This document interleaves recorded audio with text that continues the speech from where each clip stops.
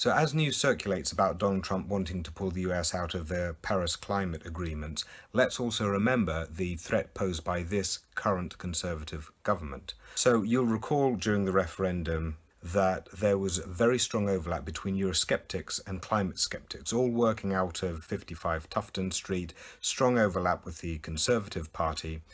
And if you look at the Conservative Party now, in its manifesto, it is the only one supporting fracking. If you look at its donations, according to DSmog blog, over 600,000 has come into the Conservative Party from oil bosses and from energy companies, compared to 15,000 for Labour and 60,000 for the Lib Dems.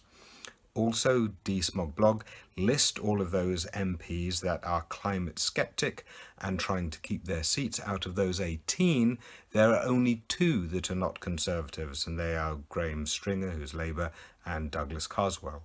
Within the Conservatives, there is Liam Fox, Andrea Leadsom, Michael Gove, and so there is clearly a real threat here, and we're starting to see it emerge already, because it's now been reported that on the very day that Theresa May triggered Article 50, the UK government also pushed to weaken EU climate and energy targets, even for periods after the UK is due to leave the EU.